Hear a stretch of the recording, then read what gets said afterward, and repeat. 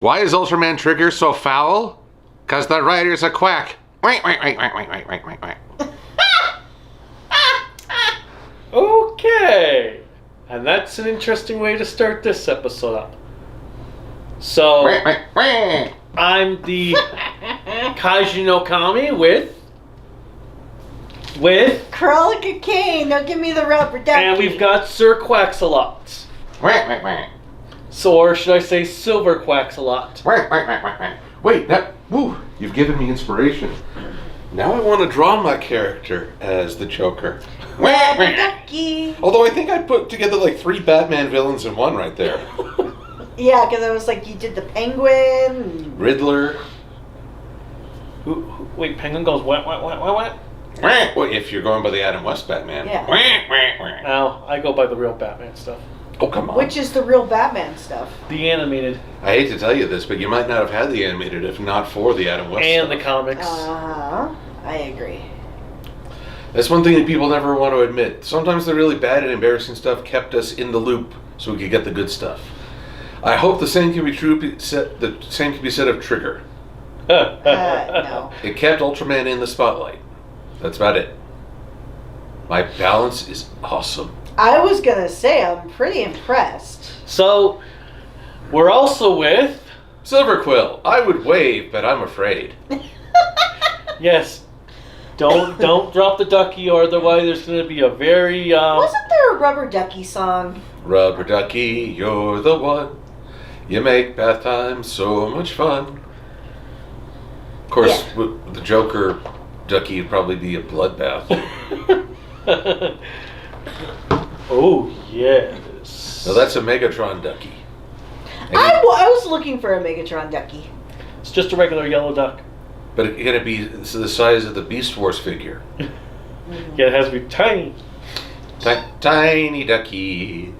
No, I meant I was looking for a Megatron or Starscream Ducky? version of the Rubber Ducky. That would be wise. Like, okay, they may like Megatron, but my favorite Transformers character is Starscream. Cool, but we're not here to talk about Transformers, we're here to talk about Ultraman Trigger. True, but in our usual style, we'd rather talk about anything but Ultraman Trigger. Alright, so our episode continues where Ignis has kidnapped Yuna, and then it turns out Ignis planned the whole thing. He wasn't actually taken over by Dark Trigger, he just left a message saying, "Help me, Obi-Wan Kenobi, I need some help. But I can't get help until you come and help me." Would you like to play a game? Yep. Would you like to play a game? The only way to win. Speaking of a game, okay, Silver Quill, Hi. I'm playing an Ultraman game. I'd look at you, but again, I'm scared. Can you hand me the Rubber Ducky? There you go. But anyway, so I'm playing an Ultraman game, because this is making me think of it. And I actually died in a dating sim. How do you die in a dating sim? I really have to question who you asked out. But anyways, the reason why it made me think of this is because it's the most illogical thing to have happen. You die in a dating sim, and in here, you have a completely pointless episode because Ignis, if we go by his actual name, or as we go by, Kleptomaniac, and Hydra, both apparently decide this particular episode is a time to betray their respective teams. Well, Hoodrum's like, well, I've got 4 episodes left. I guess I better get on with the dying first. I gotta get out of this series somehow. But, oh yes, there you go. Grrr, grrr. Well, I mean, it is arbitrary. He had nothing to signal. Did he have eyes on kleptomania when he took nepotism? That's what made me so confused. Oh, you mean that Hoodrum just randomly appearing out of nowhere in the middle of the Eternity Core ruins? Well, the 2 plot points seem rather coincidental. That they decide that Kleptomania makes a play for the Eternity Core right now, and Mr. Excellence decides to betray his team right now. The 2 don't seem linked at the moment. One would trigger, the other,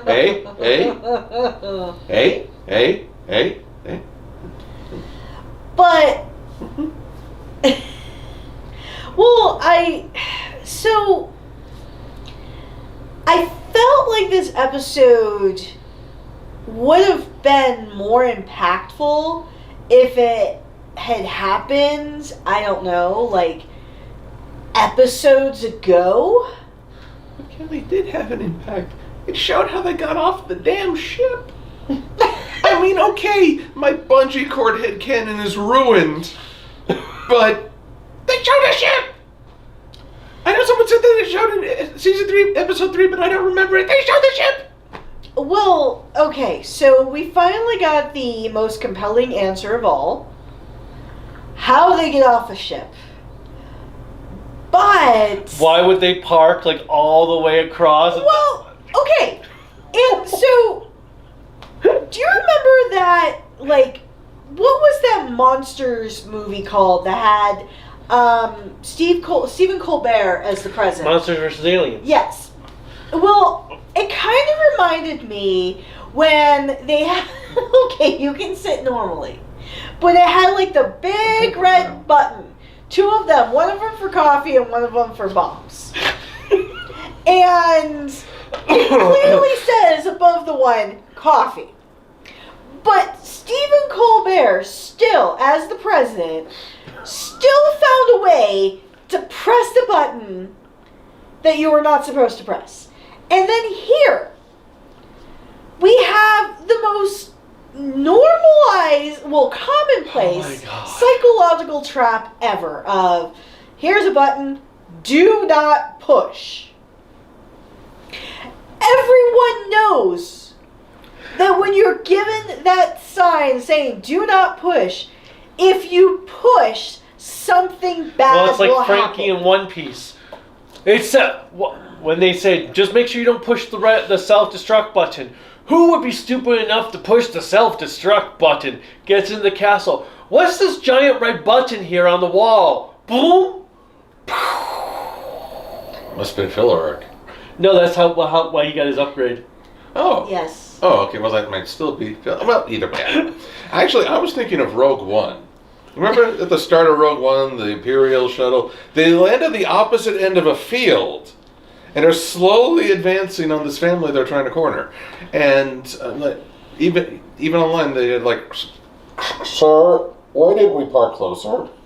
You are in an advanced spaceship. I don't believe there are zoning laws. And if someone gives a ticket, you step on them with your metal dragon. Well, all I thought of is like, okay, we're going to park, so you can't see the full scope of our living room, but we're going to park over by the Christmas tree. Okay, I'm over. I'm over by the Christmas tree. And over here is where the castle is to get to the princess. Okay, so I'm very gradually getting towards the princess. And I can't go back the other way. The only way is left. And it's like, okay, what was the point of that extensive distance? And then they press the button and Kabuki Theater comes out. A mecha Kabuki. Kabuki! And boy. all I thought of, Wow. the only thing I thought of was the henshin of Hurricane. Really? I thought of Like, Kabuki Boy from Die Ranger. Kabuki Boy! Well, maybe the Kabuki Boy, but I thought of Hurricane. Because Hurricane. Or then there's also the Blue Ranger and Shinkenger, who was a Kabuki player. Now, as someone who's not as versed in Sentai, I was just thinking, where did he get that? Is there like a dealership lot in space? It's like, hi, I'd like to buy a robot Kabuki actor. Okay, yeah, you'll find him right next to the robot cowboy and the robot Knight. The knight, right across from the robot leprechaun. Don't try to take his Lucky Charms while you're at it. It killed the nation just for that. But they're magically delicious. But I mean, Except I hate Lucky Charms cereal. It's disgusting. Oh, there you go. You have problems. I like the marshmallows. You have problems. But the actual cereal pieces are you have disgusting. problems. But where do you buy something like that? Where do you... Someone out there that, hey, I'll make a robot kabuki. That sounds like a good investment of materials and hair. Well, I mean, okay, isn't it called Rule 34? If somebody's thought about it, it's existing. No, that's porn.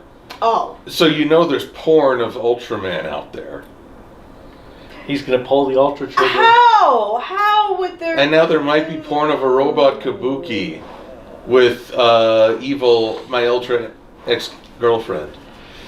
But yeah, I will say, I actually... Fan artists, send your work to Cruella Cocaine. I will say I actually did like the Kabuki robot thing. I can't remember its name because the subtitles flew by before you even got the chance to read the whole thing. I thought it was Mecha Masamune. Masame? I'm trying to pull it up. Hold on. Either way. Let's see if I can do this. It was a Mecha Musashin. It was a Musashin. It was a very polite opponent. He was, and it was kind of cool, and then it was kind of lame. Well, I liked the first when he was attacking with the umbrella. Yeah. Da, da, da, da, da. Shooting at much smaller targets and still can't hit anything. And then I liked when he pulled out the sword, and then he puts the sword down to shoot those fireballs at Nurse Desi. And then so Nurse Desi is shooting at him, he's blocking it, Trigger just comes and grabs the sword, cuts his hands off so that Nurse Desi's beam blows him up. That was actually kind of cool. Now, you also notice that this was probably the one time Dave contributed. You've got this wavering ring of fire. I mean, it's not just a straight-on shot. It is alternating up and down. He manages to thread the needle with the Nurse Desi. That's actually really good piloting. Yeah, it's a shame we never saw him do anything about it with it. But that's Dave's one moment of I contributed. We can give him now his pity prize. His participation trophy? I hate those. Here's his participation trophy. No, you should get the Demigorgon one. Well, it's over there and you're on my legs. That's true. Well, that's fine. We'll do that one in revise. There we go. Hey, your inner demon. Also, the alien kid. What's the name? Marlulu? Okay, the alien kid. Oh, the Metron. I did love when he turned off Edgelord and Smile, just saying, I can't stand those drama queens. Well, okay, so basically they're in this little hot shuttle?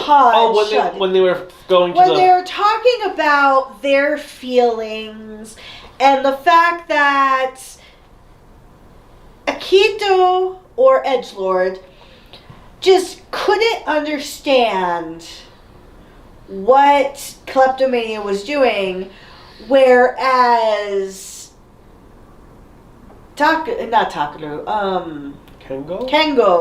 was like, well, I don't know. I thought it was reversed because it was reversed. Because Akito somehow how he understood because losing his parents to a monster gave him rage, so he understood where Ignis was coming from, wanting to get revenge for losing his planet. True. And then Kengo was all like, I don't know. Well, that's because you didn't lose your parents over it. No, I just don't write my mom on Mars, which I haven't been back to in several episodes. I'm surprised Mom hasn't called asking how he's doing, if he's eaten enough, if he's found a girlfriend, That would require... if he's going to have if she's going to be a grandmother anytime soon. That would require this show to have an actual character development. Oh, but character development, Kleptomania, he was so filled with the power of friendship. And I'm a brony, and I found that fight incredibly saccharine. Oh, it was hilarious. He interrupts our viewing to say exactly like that. I interrupted. I enhanced your viewing. Here's the talk about, yay, go Ignis. Oh, what's this? The power of friendship is filling you? It fills you with determination in these ruins? And then he gives back the power up. But he can't get the kill. Yeah, he goes all that, goes to destroy Hoodrum, and he didn't actually kill Hoodrum. Hoodrum got away, only to be killed by Chimera. Like, what? Once again, our heroes are useless because the villains are either resurrecting their own kind or killing their own kind. Because it's the same thing back with that, what was it? Not the Zet crossover, the golden... The Absolute Conspiracy crossover, yeah, where those two villains, the Absolutians, he dies, but then he's brought back, and it's like, but... I got better. These heroes can't kill anyone. They're that incompetent. They can't actually kill anything with intelligence. Well, they couldn't kill him with lack of intelligence either, so... They should have sicked the Mecha Musang on that thing. On Musashin, on Hydra, whatever. But yeah, so Hydra... I will not use the real names out of principle at this point. Well, that's why I call him Hydra. Hydra, yeah, he comes up after we thought, oh, wow, a hero killed someone. Oh, no, he didn't get his revenge. Well, and I think what really aggravated me is they're cheering him on, and then Hydra looks at Kleptomania, or Ultra Dark. Dark Trigger. And... I trigger darkly.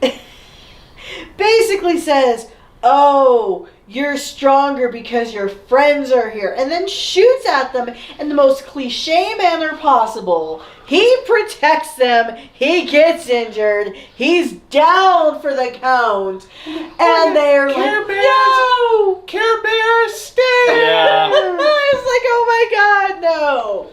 Oh. Really, if Kengo had just thrown the Eternity Glitter trigger to him sooner, that might have actually been made more sense. Okay, he threw the really cool sword, which is anyone going to keep that?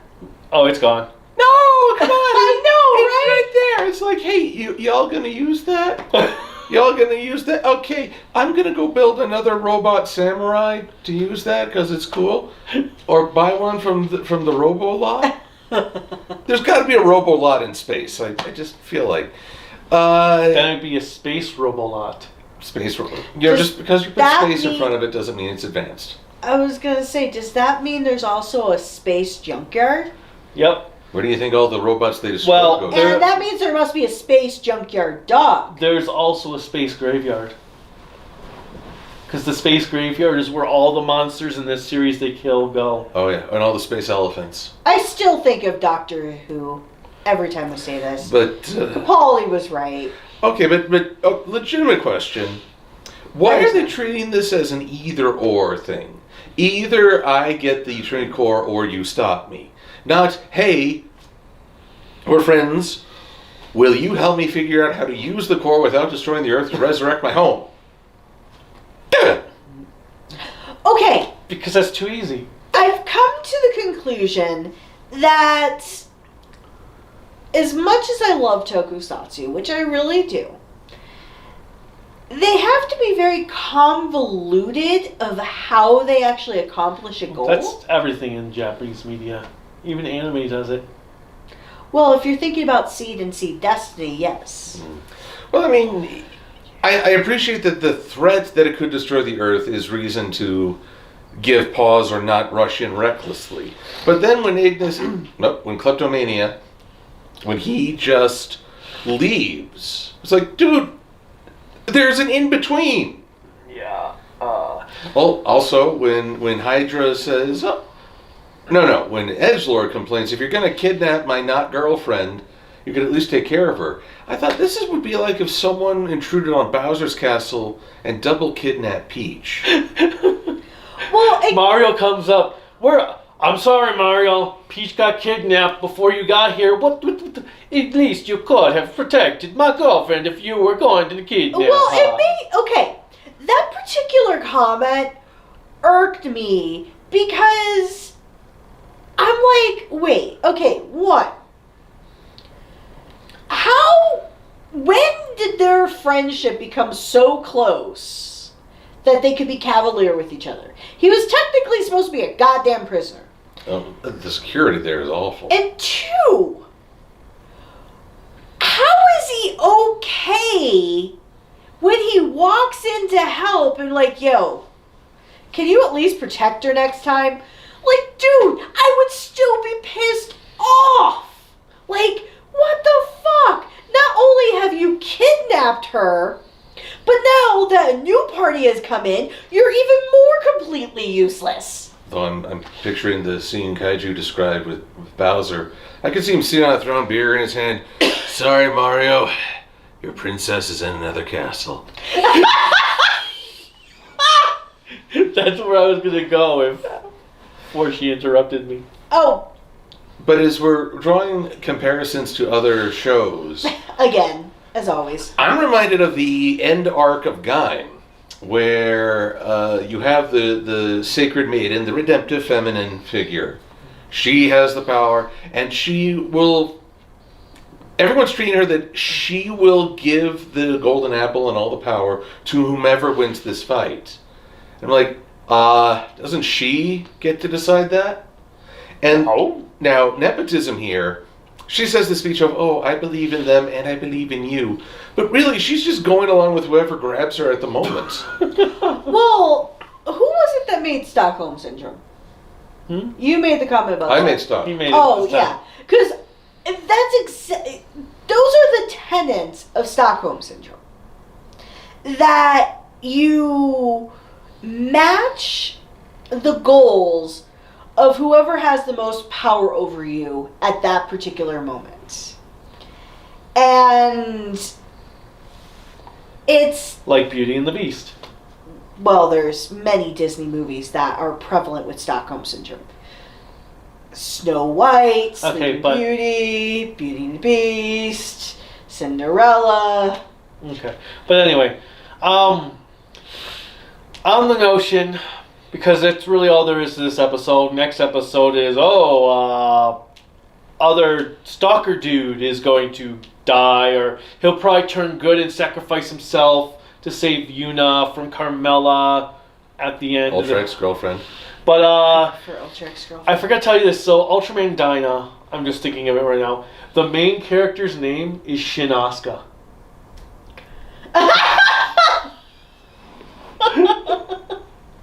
My God. And he is a bratty, annoying, hot-headed, loudmouth who likes to run off against orders. I can't raise my eyebrow any higher. I need a forklift. So is there something cursed about the name Shin Asuka that just makes them... I don't know, but yeah, I've been meaning to tell you that for like the last month, that his name is Shin Asuka. So you tell him at the end of our Trigger review. As we would gladly talk about other shows. Well, I figured then the audience could actually see his first-hand reaction. Well, so my eyebrow go as high as it could. Okay, well, let's go this route. Tachibana. Ah! Actually, that happened. I was watching Godzilla Singularity Point, and they said Tachibana, and I nearly fell out of my chair. It's like, it follows me everywhere. So Well, I was actually watching 01, and they had the Tachibana flowers. But what did you guys think of the final episode of Trigger from 2021? Next week kicks off the ones from 2022. Let us know in the comments. Click like, subscribe, bell notification. You can follow us at Kaiju no Kami, Facebook, Twitter, Instagram, at Kaiju no Kami, Patreon as well, Kaiju no Kami. Website is creativitybydesignllc.com, and there is Kaiju no Kami merchandise you can buy to support the channel. And then there's... Actually, that's it. I'm buying a new domain name. IHateTachibana.com. I'm sure it already exists. Challenge accepted. Let's find out. But, okay, if you do a search for MLP Silver Quill on YouTube, you will find me. Or on DeviantArt and Twitter, MLP Silver Quill. Ye shall find me. And, well, just enjoy the reviews, enjoy general silliness. Join me in my campaign against the Tachibana-ness. I will look. Here, I'm going to look up that domain name. Untachibana. Tachibana by an angel. But anyway, that's all we've got for this episode. Until next time. Bye.